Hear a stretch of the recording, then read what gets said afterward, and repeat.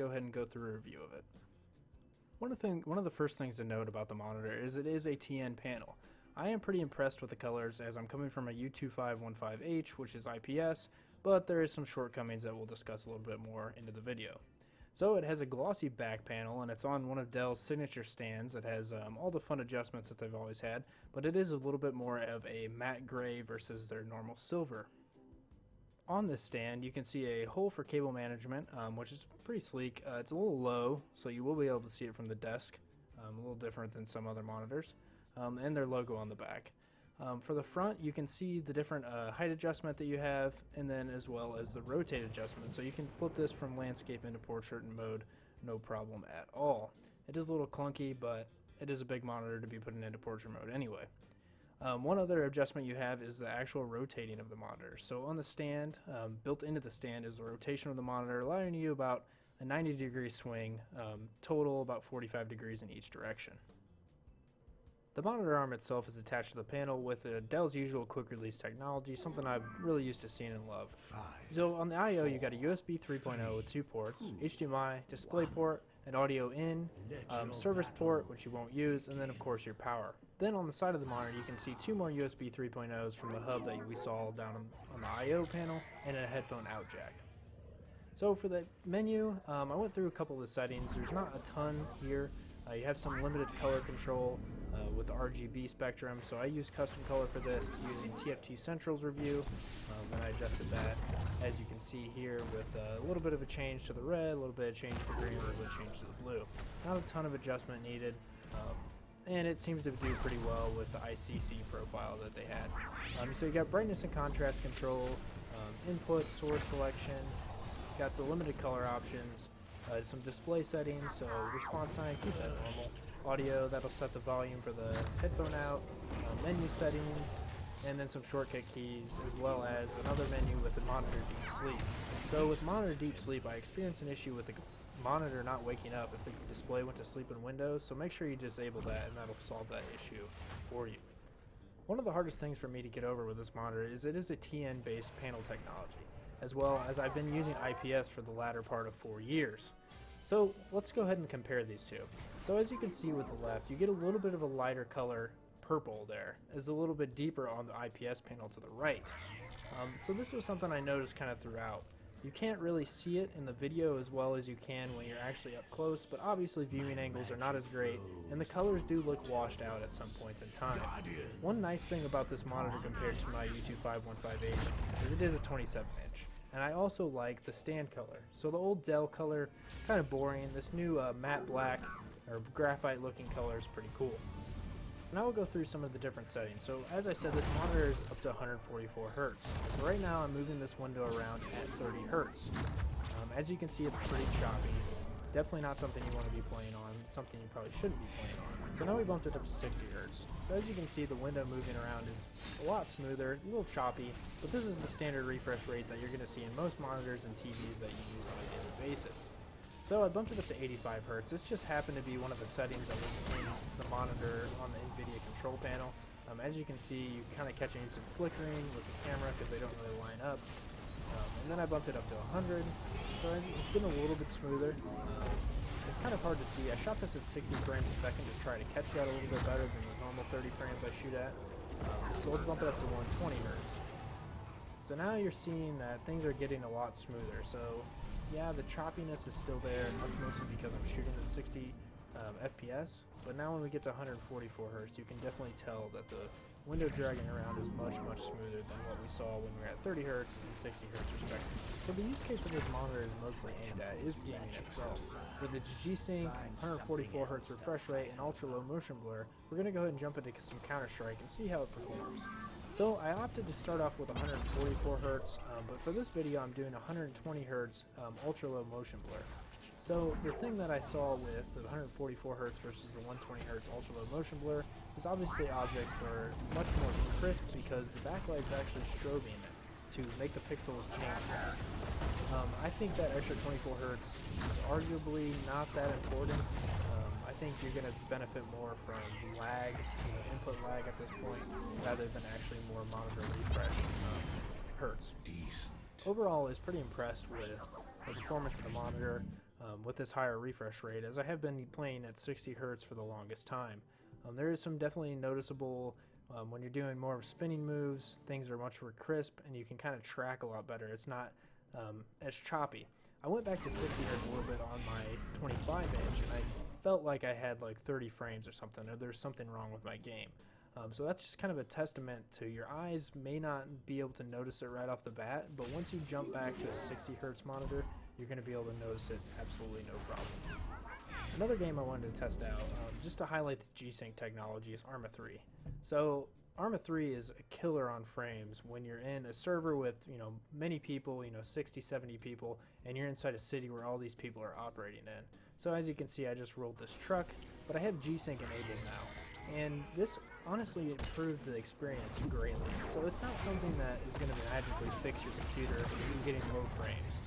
I think that's kind of a common misconception, but it's going to help you if you're getting down into that kind of rough area where things are getting a little choppy. It gets rid of that perceivable extra tearing and frame rate and lag that you get when your monitor is operating at 60 hertz and you're getting less than 60 FPS. I also noticed the OSD keys were kind of mushy and took a lot of pressure to actually register press. I'm actually not that impressed with the glossy black plastic finish on the back of the panel, as it's very prone to fingerprints as well. Overall, if you're looking for a new gaming monitor, this is definitely one you should be considering. With a 1440p, 144Hz, pretty dang good color for TN versus IPS, you can't really go wrong with considering this monitor as one of your next step ups in your gaming setup. If you guys have any questions about this monitor, be sure to drop a comment down below. Give me a thumbs up if you liked the video, downvote if you didn't, and let me know why you didn't like it. Be sure to jump on my Amazon link down in the video description, as that helps me put out videos for you guys. Thanks a lot, guys. AFA Tech signing off.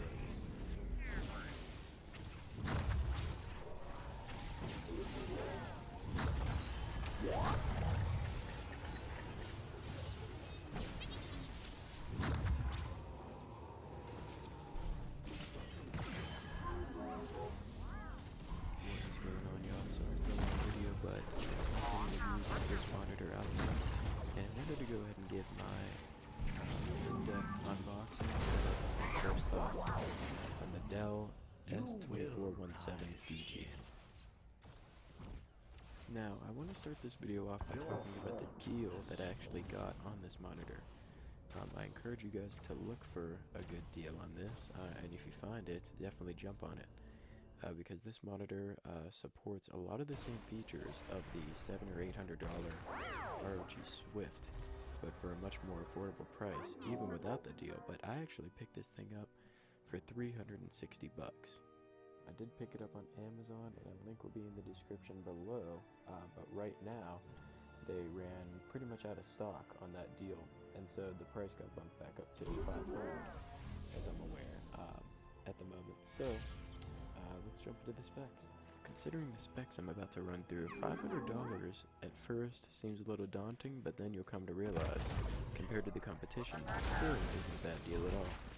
This thing is 1440p, 24-inch, 1 millisecond response time, overclockable to 165 Hz out of the box. I believe it's 144. I wish I had to overclock it in the advanced settings.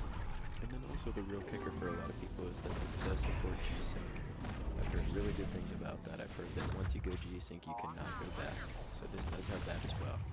Before we unbox this bad boy, I also did want to add that this is the newer and young, smaller brother to the other gaming monitor that some of you may know about. It's the S2716DG. Now the difference between the two is that A, the size, obviously this is 24 and 1440p versus the 27-inch version, also 1440p, and also this supports the 165 Hz overclock, the other one does not.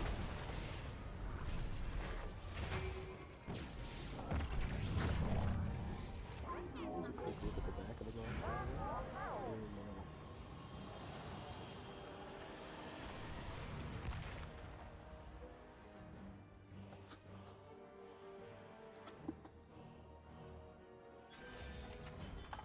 Once you flip open the upper tab, that's a good time to lay the box down so all the pieces don't come flying out. But anyway, so right on top here, you've got your basically guide on how to set this thing up.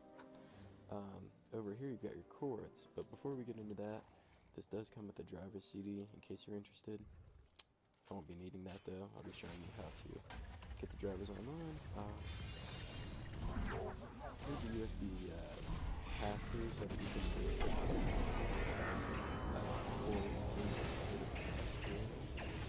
there's a few ports on here, I believe. So yeah, here's a display port, which is nice that they included that. Got another one. And then just your power cable. Next, down here at the bottom, you've got your arm that will connect to the motor. So look at that. Oops.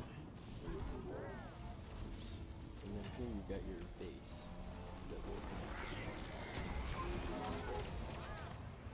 Now, underneath all that, you've got the actual screen. So I just grabbed the monitor out, and if you're curious to how it was packaged, what they did was, it's kind of up on a platform here, as you can see, to where the screen is not making contact with the box. So not bad, not bad at all. So now this one, take a look at that, and we will set it up. So here's your base, of course, with the juicy badge and easy vision. And here's the arm.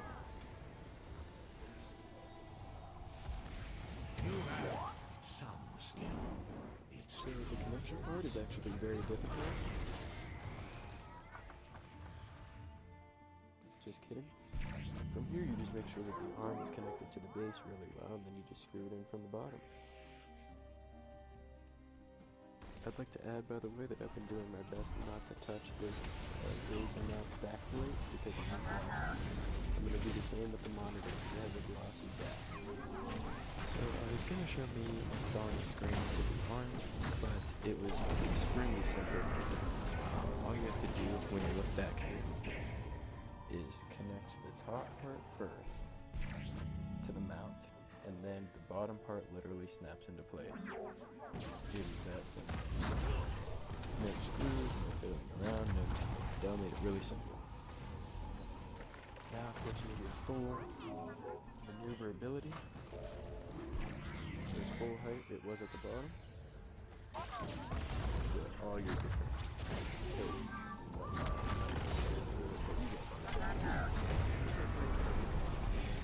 Old space, 60 minutes, good for console gaming, 1080p. You see 1080p, 144 Hz. This screen is going to go here. This screen on the stand, by the way, because I like that stand. I just got it powered on. The rig powering the setup is a GTX 1070 with an i7 6700K. Some adjustments really need to be made to this setup. It's definitely not perfect, but it doesn't look too bad already. The symmetry there is pretty bad. I'm going to be on that screen for sure. This is actually as high as this one can go, and even that's a little high. So that shows you how high my screens were before. They were staying on the old neck, but no, the screen looks great so far. Now I'm going to go through the setup process of it, which includes installing drivers, changing colors, overclocking, etc. So the first one is going to be drivers.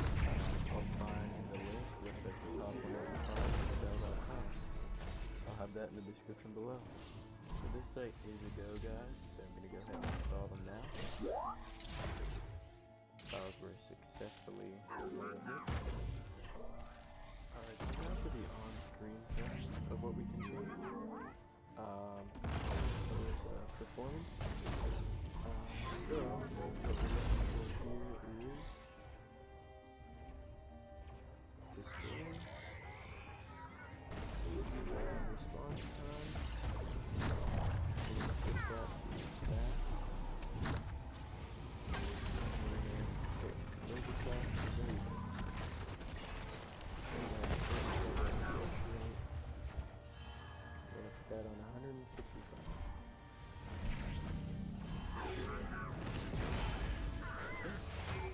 And then click yes to review.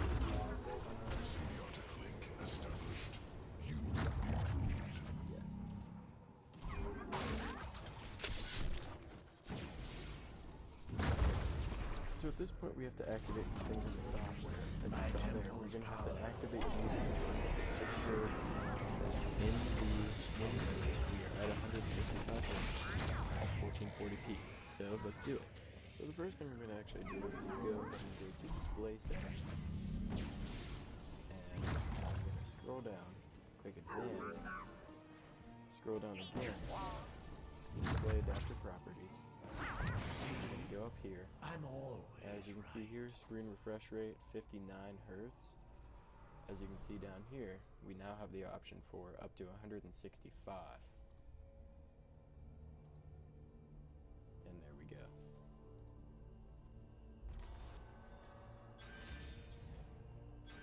And it did say that we are on 1440p, which I can actually tell by the text. It looks very clean, looks good.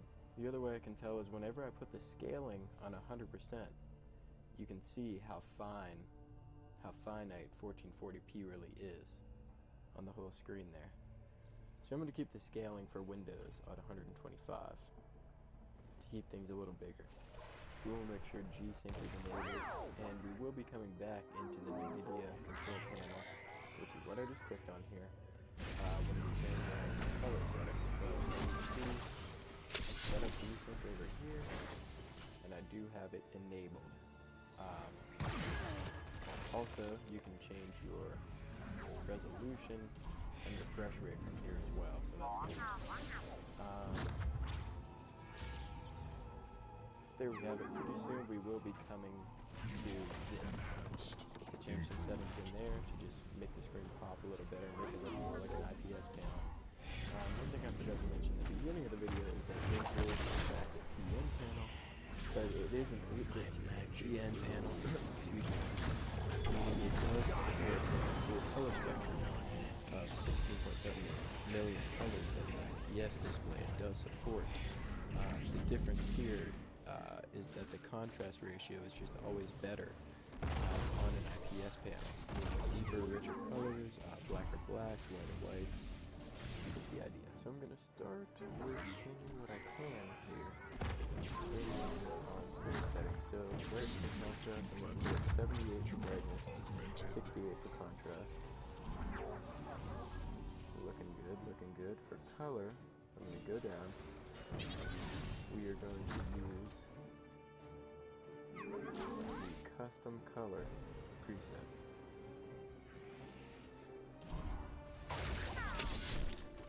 Red, 99 for green, and 100 for blue. And there's one more thing I'm actually going to do, is turn the power saving mode off on this particular one. Please don't download this because it knows have limited issues when it comes to their power saving mode or whatever I've heard. So I've heard, I haven't experienced that. Finally, I'm going to show you guys what I did with the NVIDIA control panel settings. What you want to do here is you want to change your gamma to 60, or sorry, to 0.6. I think it was on 1 up here. Change it down to here. Digital vibrance, it will probably be around 50, and what you want to do is you want to change that to around 70. Keep Hue at 0, 5, and then use NVIDIA settings.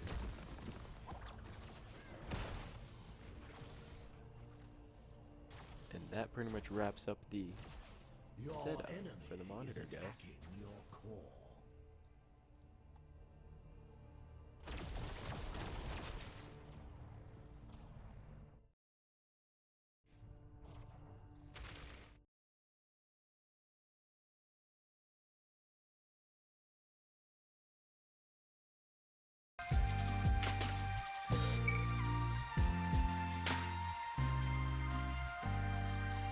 Hey, what is up guys, and welcome back to another video.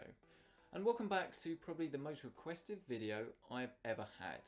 A review of the LG MP68VQ, or this monitor right here. This is a budget monitor. It costs around about £120 in the UK at the time of filming. It features AMD FreeSync with a range of 40 to 75 Hz, a maximum refresh rate of 75 Hz, and an IPS panel. So you can get all of these things for £120. So is this the ultimate budget monitor? Do you need to ever spend any more, or does this fall flat on its face? Well, to get us started, let's take a look at the design of the monitor. And overall, I think it actually looks really nice and serves a fair amount of function. The biggest problem is with the stand itself, as while it does a very good job of keeping your monitor from rocking about, everything's fairly sturdy, you don't really have any adjustments at all. All you've got is tilt. And this isn't such a problem when it comes to swivel and you can move the monitor from left to right, but the height adjust, there just isn't any at all. This means that the monitor was always too low for my liking. And once you've become accustomed to having a monitor that can height adjust and you're able to set it up properly, this is definitely a step backwards. But you will find a VESA mount around the back, which you don't often find on budget monitors, I have no idea why, which means you can mount it to a third-party stand, which is what I did. I mounted it to an arm stand on my desk using the 75cm VESA mount. Note that is a smaller mount than the standard 100 by 100 VESA. And then everything was dandy. I was able to get the monitor to exactly the right height and just have it with all the adjustments I would like. So if you do get the monitor and you find that you are having it a little bit too low, or you just want more adjustments, grab yourself a VESA mouse. Moving around the back of the monitor, you will find that connections wise we have an HDMI, DVI and then a VGA. Note that the FreeSync actually requires the HDMI, there's no display port here, so as long as you have a compatible AMD graphics card or APU, you can get FreeSync over HDMI, which is a nice change, and this is definitely one of AMD's newer technologies. Moving back around the front though, you'll find that the bezels are very thin, although I'm not entirely convinced about the whole blocks effect on the entirety of the monitor, as it does pick up fingerprints very, very easily, and it is a tad annoying. But the menu systems on the monitor are actually very well laid out, and they put some more expensive monitors into shape. Here you can customise everything with the 4-way selector. The monitor does actually come pre-calibrated, which is very strange for a budget monitor as well, and out of the box everything looked really nice. If you do want to enable the FreeSync, you need to do this in the menu. And as soon as you enable FreeSync, you'll unlock the 75 Hz refresh rate. Even if you have an NVIDIA card, turn FreeSync on, and then you get that 75 Hz refresh rate. One thing though to note is that in the BIOS, you won't be able to see the BIOS if you have it set to enabled. So if you have a few blank screens and you're wondering why, then you need to turn the FreeSync off. Which is fine, right? Well no, because it's really bloody stupid. On this monitor, if you've not got anything connected at all, you've got no signal, you can't turn FreeSync off in the menus. It just cycles between inputs indefinitely and you're never going to find anything. So if you have one monitor, this monitor, and then you want to access the BIOS because your computer's having a problem, then you're going to need to find another way of powering this monitor with something so you can turn off FreeSync. How stupid is that? I would definitely like to see that the FreeSync setting was able to be turned off,